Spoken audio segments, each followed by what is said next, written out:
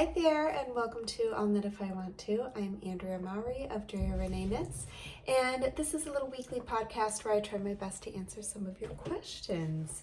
So today I am wearing the DRK Everyday Cardi. This pattern just came out this week. I wore my other version last week, so this is the original one I knit. And I'll get a little closer so you can kind of see. This is the stockinette version. So you can also knit it inside out. And then it kind of makes this, the raglans, as you can see, goes all the way down to the hem. And the reverse stockinette side kind of like really makes it pop. So the other version has the purl side facing out. But I still really love, it's more subtle, but I think it still looks really nice on the stockinette versions. There's the back of it. So that's probably my favorite detail of the sweater. And then it also has this really nice folded collar. So it's just a classic ribbed collar that's folded. So it just has some nice oomph to it. So I like to wear it open, or I also gave it some positive ease for a nice kind of turtleneck vibe, but that's not choking you. You know, I like to have it a little more open. So anyways, this is the DRK Everyday Cardi, and I'm so excited to finally have it out in the world because I'm really excited to wear it. But it is knit up in Mountain Meadow wool. I have talked about this yarn before. This is their tweeds yarn. It's a sport weight. It is different colors of natural wool undyed that they ply together. So this is the lightest one. Don't ask me to tell you the name of it. I know there's a shale. Maybe this one's shale. I can't remember. But it's the latest one. So it's a white with like a light gray, and they're marled together. So it's a 2-ply yarn. Let's see if it can kind of focus on there. And then there's a medium, which is the one I wore last week. And then there's a dark, which is this light gray with then the darkest like gray brown marled together. And that's what I used for my DRK Everyday sweater. And there's just something about this yarn. I don't know if it's just that the individual plies are so plumpy and squishy, and then it's just 2 plies twisted together. But every time I knit with it, I'm like, oh my gosh, I just love how this yarn feels in my hands. Like, I'm always so happy when I'm knitting with it. So I really, really love it. These buttons I actually ordered a long time ago, a year and a half ago, from the Farmer's Daughter Fibers, and I have kept an eye on their website ever since, and they have sold out and have not restocked, and I can't remember off the top of my head who made them. But they're super beautiful. But my other one, I found there are 4-hole buttons. This is a 2-hole button. The other one has a 4-hole button, and that was from Holland Hoof Farm Stand, which is the most adorable button shop that I found at Rhinebeck this past fall. They do lots of ceramic buttons that are so cute. I actually also got buttons for them for cardigan that's coming out next month that I'm also very excited for. But they also have wood buttons, because I don't know about you, but for me it can be hard to find buttons that are in the quantity that I need them. So when I was originally knit a second one of these, I started looking for buttons, and I'd already written like the button band. There's a specific size I wanted this buttonhole, and so I really wanted to find the same size. I loved how these ones looked, so I wanted something kind of similar to that. But it's really hard to find. Everywhere that I would find buttons, they would not have enough. I was like, or I'd like fall in love with one and they'd just be out of stock. I looked around a lot for like vintage buttons on Etsy and places like that, and they never again had enough. So it's really, sometimes buttons can be tricky. If you've got a button situation that you're loving, please let us all know. Another booth at Rhinebeck that I do usually try to check out is there is a vintage button booth in one of the barns that we always go check out. But those tend to be smaller buttons or individual buttons, like not necessarily always enough for a sweater. So Holland Hoof Farm Stand, so cute, so cute. So anyways, that was side button tangent, but there we go. That is my sweater that got released this week, and I'm very happy for it today because Michigan is having its very, very typical Michigan spring. It was 70 degrees yesterday. I was on a walk with my sister and my niece. We were outside for like almost 2 hours. I was in a tank top. It was so nice out. And then today it snowed. So it is back to sweater weather today. So this is nice and cozy. But let's go ahead and jump into some questions. Oh, real quick note. I'll do it now. I was going to do it at the end, but I'll do it now. There will not be an episode next week. I'm going to skip a week. It's my kiddo's spring break, and so we're just going to take some family time. And I was going to try and record 2 this week, and I was like, you know what? I'm going to take the time. I'm going to take the time, just be with my family. But I'll absolutely be back the week after that. So, okay, let's go ahead and jump into some questions. Question number 1. I couldn't resist and cast on the DRK Everyday Cardi on the first day. Yay! I'm almost done with the beautiful collar and was just wondering why you opt to sew the collar down later instead of folding and knitting it together. Just curious about the choice of this technique. Yes, so that was a very specific choice. And at first my whole plan, I even recorded a tutorial for just folding this collar in half and knitting together, which is an option. I've done it in other sorts. I actually already have a tutorial. I just wanted one specific to this, but that is something that you can do. The reason I did not do it for this cardigan was a couple of reasons. One is that it was important to me to continue this ribbing from the collar straight down into my raglans here. And depending on which version of this sweater that you knit, with either the knit side facing or the purl side facing, that whole folding and knitting 2 together around with your live stitches and then keep going did not work. There was multiple issues with it, so I had to opt for the sewn one. I also found that it was a little more intuitive and easy. I felt like I would have had to do a longer tutorial to really show, once you get to these raglan seams, some of the little finicky things that can happen because you're doing knits and purl. So it's not just knitting your live stitch and picking up a stitch from right here all the way around, because it would disrupt this situation here. So that is why I chose to do that, which is one of the like head scratcher things that happens during designing, where you have a really specific way you're planning to execute something, and then you realize either A, it's not going to give me exactly the look I'm looking for, which sometimes there's a trade-off there. Intuitively, I want my patterns to feel intuitive. I want you to feel like you kind of know what you're doing without having to laser focus on the pattern. So sometimes I might give up a certain aesthetic if it's really, really minimal, and I know that the enjoyment of the pattern will be increased by doing it this other way. But for this, I couldn't get past how it changed the look of it, and I felt like it was more confusing. So I was like, okay, we got to rethink this a little bit. And then I was like, oh, whip stitching it down. It's not a big deal. It's pretty easy peasy. So I went that route. The other thing I like about it is I feel like it adds a little more stability. So I think one of the lovely things about this cardigan is the collar. Like, it's definitely this really beautiful part of it. So I wanted to have some stability there. I didn't want it, the thing with that other technique. So basically what we're talking about is you knit the full length of your collar, which is going to be a little over double what you want your finished length to be. And then you fold it in, and with every live stitch, you actually stick your needle into like the line here, and you pick up one of the stitches that's already been knit, like one of the little bumps, and you knit it together. And you do that all the way down, and it effectively like folds your collar and secures it for you all in one go, which can be so convenient. But what I have noticed is that it is less stable. So over time, depending on the weight of a sweater, how big it is, the yarn that was used, how heavy is that yarn, is it can start to do like one of these things where it wants to fall off of the shoulders and grow a little bit. And I did not want that to happen. So you can see that this is nice and stable because of that whip stitch line. There's not as much flexibility in it, and that works to the benefit of the sweater. Whew. bet you probably weren't thinking I was going to share that much about that. All right, question number 2.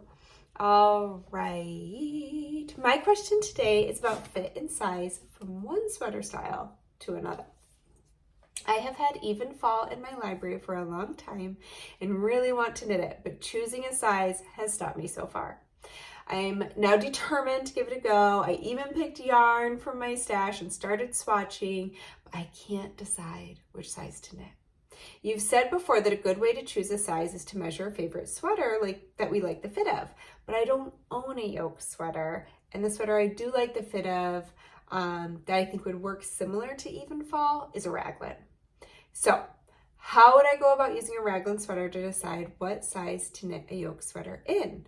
Would the bust measurement correspond on both to where I split the sleeves from the body? If not, what measurement on my raglan would correspond? Okay,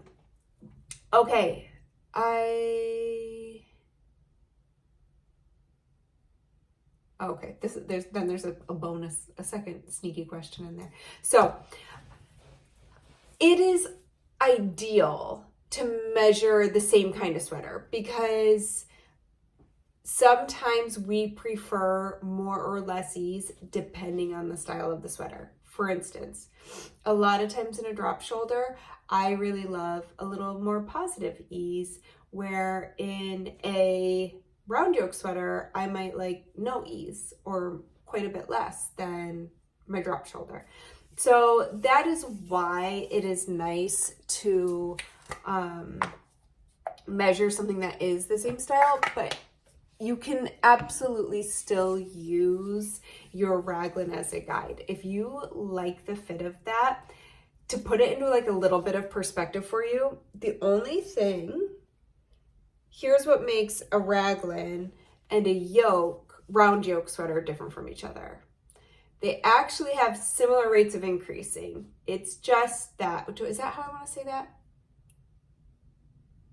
That's not really how I want to say that, because their rates of increasing are different.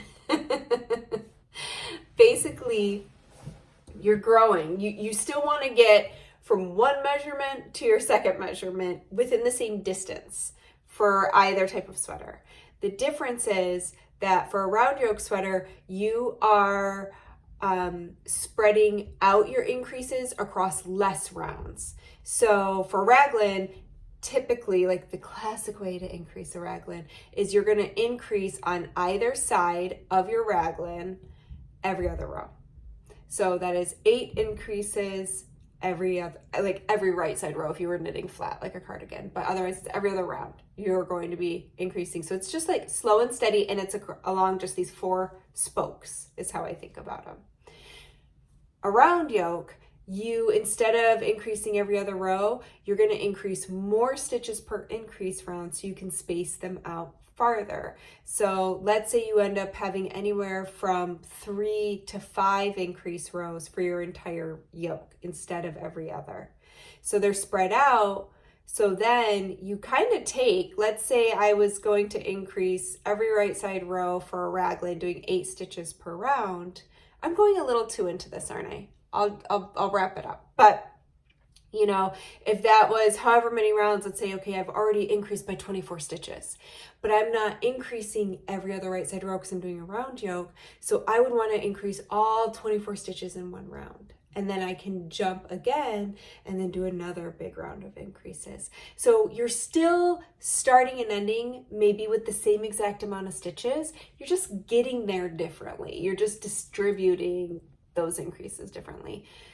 So my very long-winded answer is absolutely use that raglan as a guide, especially if you feel like it has a similar fit to the even fall sweater. So even fall is a sweater where I just want to look up what I recommended for the ease because I can't remember off the top of my head. I've got it right here. All right, so I recommend -2 inches to a +3 inches of ease, and I'm wearing it in the photos with just over 2 inches of positive ease. So about 5 centimeters. So that's what I wanted to check, because I did remember that one is one I recommend. You don't try and make it oversized. It's not an oversized sweater. So don't be like, I'm going to knit it with 10 inches of positive ease, because it's probably not going to drape right. It's just not the way that sweater is meant to fit. But if your raglan that you really like fits with a similar amount of ease, a couple inches negative to a couple inches positive, absolutely use that as a guide, because you like how that fits your body, and that can really help you decide. Let's say you were deciding between two of these sizes, and like right here between size 4 and 5 there is a 3-inch difference. So if you're trying to decide between those sizes, measuring that raglan might really help you be like, oh, okay, well that raglan is 47 inches when it's finished, and that's a bit closer to the 48 and a half, so I'm going to go that route, or whatever you think. But I just think it's a good guide. A lot of times it can help us make the decision, especially if we're falling between sizes. Whew, sorry, that was we got there kind of eventually, but I took you on a journey. All right, and the last little part that you started with was, I love the new cardigan, but can't wear this type of high collar. So I wondered if it would be possible to turn it into a hoodie. I love a hoodie, and I think it would look great as one. What do you think? If you're very comfortable with creating your own hood, go for it. What I would do, if I was to do that, you're going to need to consider this. The button band is probably going to, see, how would you make that work? I guess you could just continue the button band up, but stop the buttons, you know, where you want them to stop, like maybe at the base here, and then just continue the button band to frame the hood. And so then you would pick up and knit the hood from here. So I would even start, I would cast on after the collar directions and go right into the raglan. And then I would do your collar last before your button band, and then do the button band. So you could definitely try it. I also think that if you just don't like a high neck, if you're thinking that's the part that wouldn't work for you, you could also make this neck just so much shorter. You know, like I think you have to knit like 7 inches of ribbing or something right here. You could just knit like 3 and create like a 1.5 kind of really classic style, neck and cute, little cardigan. You don't have to do that full length of collar. So you could also just do a lot less. Alrighty. Next question. I'm excited to join the Spin It to Knit It sock challenge. I love the concept of this last week's question. I missed a question. Okay, well, good, because question number 2 snuck in a bonus question. So we're just going to say that was questions 2 and 3. Oh, I can't believe I missed it. I'm just making sure that I did not manage to put a question like somewhere where it doesn't belong on my little list, my little note here. Okay, next question for real. I knitted some of your designs, and I wish to knit some of your sport yarn designs. However, I don't have access to sport yarns. I can easily find DK or fingering weight yarns, and I have some lace weight in my stash. How can I combine them to get a sport weight yarn? Thank you. So a couple ideas here. Depending on my sport weight patterns, you may be able to substitute in a fingering weight. From my own experience, I have found that many sport weight yarns straddle the line of being fingering weight. I was actually just swatching with one today that I'm like, this is 100% a fingering weight yarn. This is not sport weight. It was definitely a little bit finer, and I could really size down on my needles. So try swatching with some of your fingering weight, and they might just work as an even sub. If they are a little too fine, like this one, I would say is absolutely a true sport weight. It's got some plumpy plies. And in that case, I would maybe try holding one of your lace weights with your fingering weight, and that should give you about a sport weight. So that would be a great way to use up some stash, is holding fingering weight plus lace weight to equal a sport weight. All right, last question for today. I love making your cowl patterns like the rad plaid cowl. I love wearing them too. I would like to know if you have any suggestions for my provisional cast on. Once I'm ready to remove the crochet chain, I find that the mohair gets all tangled around it, making it so frustrating to pull out. It's the very end of the project and it should feel exciting, but I dread it. I'm so sorry. I love the look and feel of mohair, so it would be great to have an alternative provisional cast on for patterns that have fluffy yarn. I don't have any issues with this technique and not fluffy yarn. So instead of giving you an alternative provisional cast on, because I only do the one, so you're doing crochet chain. I think it ends up being the same no matter what. I do the crochet with the needle hook, but that still basically creates a crochet chain. Anyways, so my suggestion is actually to throw your project in the freezer before you go to remove that chain, because that is going to help your mohair calm down. If it's all hot and bothered, it's all grippy, it is going to grab onto your yarn. So put it in the freezer first. That should help. Especially if you ever have to undo any fluffy yarn, put it in the freezer for like a half hour and just let it chill out. And then it should be less grabby as you go to untangle it. And then I always recommend undoing one stitch at a time and slipping on your needle. And that I find also helps me just like move a little slower, and it keeps me from getting stressed out about like if I have to get a little tug, if there is any of that fluff kind of grabbing on, because I know everything's secure. Like the rest of my chain is still there, my needle is in my other stitches, so I'm just working with that one. And every once in a while, if the mohair is like really wrapped around and gripping on, I mean, I just take like a tapestry needle and break that little bit of fluff, because it's not the core that's doing that. It's not the core of that yarn that's like getting all tangled. It's literally the fluff. So like if you have to break some of it, probably not a big deal. So yeah, that's what I would recommend. All right. Excuse me. Can I get through an episode without taking a drink of water? I don't think so. Well, we are in the throes of the March to May Knit Along. You now have a new option for a new sweater that you can knit for it. And you'll get another new cardigan option next month. Can't wait. We actually just did the photo shoot yesterday for that one. But things are, oh my gosh, this might be our chattiest year yet. I can't even keep up with y'all. It's so fun to see all the friendships being made and everybody cheering each other on. All the information for that is below. Links to the different forums. We have a shawl and a sweater forum, along with the Instagram hashtags and all of that. And we also have our spin along challenge going. I showed my yarn here last week. I actually just took some beauty shots of it before I wind it up. I'm hoping to maybe have that be my knitting project for next week while I have some family time. But if you want to join in on that, it's not too late at all. And links for that are below. And I think that's all. I think that's all the stuff we have going on today. And again, I will be back here.